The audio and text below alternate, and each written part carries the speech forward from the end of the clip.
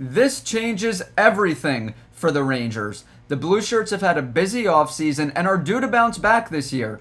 They have the talent, they have the coach, but do they have the right leadership on the ice? I break it down here in just a moment on another sizzling edition of Rangers Digest.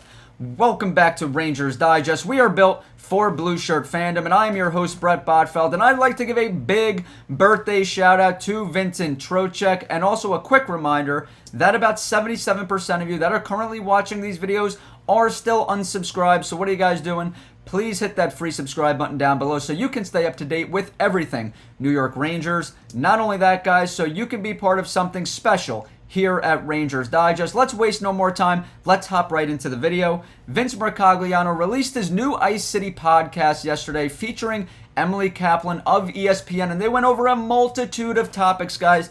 The state of the New York Rangers roster, Mika Zibanejad at center versus right wing, also talking about other offseason moves that were made, a look ahead to the future, alluding to that 2026 free agent class, which is absolutely loaded, talking about Artemi Panarin, Scott Morrow, prospects, and much more. Guys, let's go through a couple tidbits here. Bald Panarin on X had it. We're going to break through each bullet point right here. Let's start off with the first one. Mike Sullivan believes he can get more out of Mika Zibanejad. Guys, as the offseason has gone along here, it's looking more and more likely like Mika Zibanejad will remain a Ranger. Let's not forget that Mike Sullivan flew out to Sweden to go talk with Zibanejad and how, they can make the most out of this relationship and get the most production. And I believe the first step to do that, guys, is moving Mika to right wing permanently. I know a lot of you believe that as well. Darius and I have spoken about it here on the channel, but he just didn't produce the way he needed to last year at center on that third line. He's getting paid $8.5 million to put up more than 62 points, guys, which he did last year. He's the third highest player on the Rangers. In 25 games last year at right wing, he put up 28 points. So he was an over 1 point per game player on that right wing. Not only that, but that duo of him and JT Miller looked absolutely electric. Another way, getting back to this bullet point here of how Mike Sullivan can help Mika Zibanejad get back to his old self, I believe, is switching the style of hockey that the Rangers play. Let's not forget, under Gerard Gallant and Peter Laviolette, the Rangers played more of an east to west style of hockey. I believe Mike Sullivan needs to play more north to south style of hockey like the Florida Panthers play, where there's going to be more direct attacks on the net, more shot volume for Mika Zibanejad. I believe that will greatly help him. Not only that, but guys, we need to move him around on that power play. He's gotten used to that left side one-timer, which has become very predictable, guys. And I know he's had a ton of success doing it, but we need to move him around, give him some different looks on that power play. So those are just a few ways I believe Mike Sullivan can get the most out of Mika Zibanejad this upcoming season. Moving right along here to bullet point number 2. They'd like to extend Artemi Panarin, but there is no rush. Guys, I made a video about this yesterday that the Rangers should look into extending Artemi Panarin because I get it. I am open-minded. I believe that if the Rangers season doesn't go the way we expect it, like I said, I expect them to bounce back. But if they have a bad year like they did last year, where they're just absolutely abysmal, you have to trade, or at least look into trading Artemi Panarin at the deadline to a contender. Because there will be contenders out there that will be itching to get Artemi Panarin on their roster. But I believe the Rangers will be in the playoffs. I believe the Rangers will make some noise in the Eastern Conference. So I expect Artemi Panarin to be on this roster, and he will be an unrestricted free agent next season. But guys, something that's really important to remember here, he played a key role in recruiting Vladislav Gavrikov to the Rangers on a 7-year deal, guys. Do you think that Artemi Panarin would recruit Gavrikov here to play with him for just a half a season or one season? I don't think so, guys. I believe that he knows, him and the Rangers will work on an extension and he will be here for the next few seasons. I truly believe that. And I want to go here to a note right over here. This is from Peter Baugh, hockey writer for The Athletic, New York hockey writer. He said the potential marriage of Gavrikov and the Rangers was one of the NHL's worst kept secrets. That's because Artemi Panarin was recruiting him the entire offseason. They go back to their days with the Columbus Blue Jackets. They played on the Russian hockey team together. These guys have a really strong relationship, and I believe Panarin knows he'll be here for the next few years playing with Gavrikov. Moving right along here, there was an excellent point here made by Phil Kotcher on X. He says the most important aspect of the entire Panarin discussion that's being largely ignored by the fan base is the reporting from Emily Kaplan on July 1st that both Jack Eichel and Kirill Kaprizov are expected to sign extensions with their clubs this summer. Hope is not a strategy. Guys, this is an excellent point because Emily Kaplan did report that Jack Eichel and Kirill Kaprizov will most likely re-sign with their clubs. That takes two options off the board for the Rangers heading into next offseason, which is a loaded free agent class. But if you take those two players off of it, it's still a very good class. Obviously, you have Connor McDavid and Adrian Kempe, who would fit on the Rangers beautifully. But guys, if the Rangers were to just let Artemi Panarin walk away, they can't simply bring in a Kaprizov or somebody like that to replace him. Instead, I believe the Rangers should try to get him under $10 million AAV, guys. If he's looking for anything in the $10 to $12 million range like Larry Brooks suggested the Rangers should look to sign him at, I'm not doing it. If I could get him under $10 million, more in the $7 to $8 million range for about 3 seasons, I do it, guys. I would stick him at left wing. You'd be able to sign a guy, hopefully like Connor McDavid. Until pen is put to paper, you have to talk about it as if it's a possibility. Not only that, but Adrian Kempe, the Rangers could use some help on the right wing. We talked about Panarin recruiting Gavrikov. Gavrikov is former teammates with Kempe, so maybe Gavrikov could do some recruiting there, but nevertheless, it's not like the Rangers are going to simply be able to let Panarin go and plug in Kaprizov or somebody like that. That's not how it's going to work.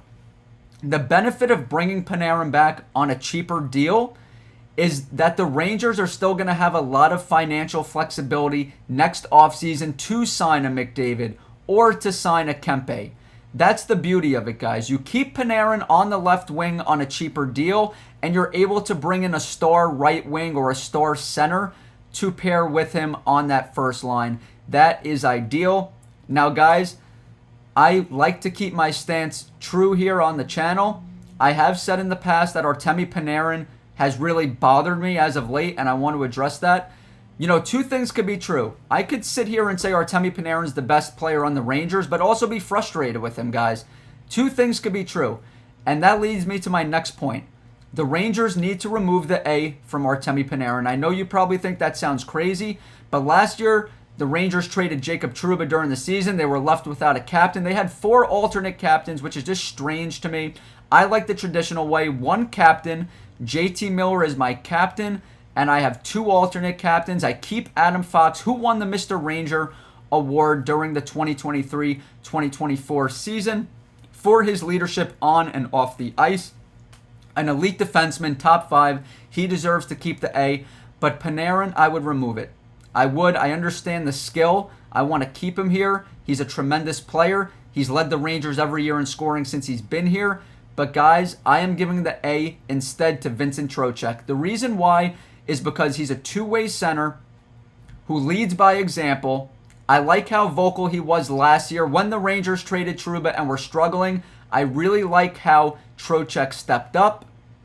He reminds me of JT Miller, but he's not as fiery and rah-rah. He still speaks up. He's got that attitude and snarl, just not to the extent of JT Miller. So the way I would have it is JT Miller at captain, Adam Fox as alternate captain, and Vincent Trocheck at alternate captain. And the reason also why you do that is because Fox is here for the next 4 years, Trocheck is here for the next 4 years, and JT Miller is here for the next 5 years. So Panarin, we don't know if he's going to be here long-term yet either, which is another factor why I would take the A away from him. Not to mention the fact of that players-only meeting he had at his house, and Mika Zibanejad was there as well. So that did bother me, guys. But I can't sit here and say Panarin's not the best player on the Rangers. 2 things could be true, guys. We need to remember that.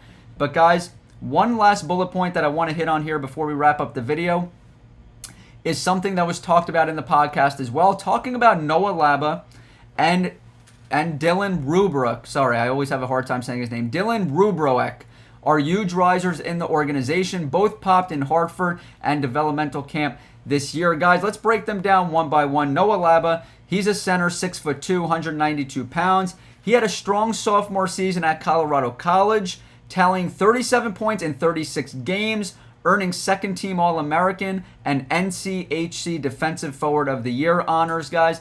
This is a two-way center. Like I said, he's physical, he's big, he's 6'2", 195 pounds. I project him to be somewhere as a bottom six forward. I see him as a third-line center. I think he's got some good traits. Like I said, he's a two-way type of center. Had decent production this past year in the AHL. In 11 games, he scored 5 points. But the guy that intrigues me even more, and I know I'm going to butcher his name again, Dylan Rubroek. Dylan Rubroek, also a center, standing 6'7", 205 pounds, an absolute giant, guys. This is from the HockeyWriters.com, who labeled him as an absolute steal. Rubrek's post-draft and AHL success. After he was drafted, Rubrek decided to stay one more year in the OHL. His best season with the Generals was in 23-24, putting up 72 points in 68 games. Even better, the Generals made a deep run in the OHL playoffs, and Rubrek was a factor, scoring 11 goals and 26 points in 21 playoff games. The Hartford Wolfpack, the New York Rangers minor league affiliate, decided to call him up for a playoff game that season. From there, Rubrek made the jump to professional hockey, signing his entry-level contract. Guys, I love this player. I love the way he's able to control the puck in tight spaces, especially at his size, standing 6'7", 205 pounds. Not only that, he has a very high hockey IQ and great vision. The Rangers are in the business now of bringing in guys that have high hockey IQs, unlike Keandre Miller, who had a very low hockey IQ. But this is a player that I believe can be a second-line center. So when it comes to Laba, I see him as a third-line center for the Rangers one day. When it comes to Rubrek, I can see him as a second-line center for the Rangers one day. I mean, he's got scoring potential. He handles the puck very well for his size. Still has some stuff to work on. But that's going to do it here today for another edition of Rangers Digest. I'm fascinated to hear what you guys think in the comment section down below. Do you want to extend Artemi Panarin? Do you want Mika to move to right wing? Do you want the Rangers to remove the A from Artemi Panarin's jersey like I do? Like I said, I believe the leadership structure on the ice needs to be JT Miller, Adam Fox, and Vincent Trocheck. That's just my opinion. Make sure to leave your comments down below. And if you haven't hit that free subscribe button, hit that free subscribe button so you can stay up to date with everything New York Rangers.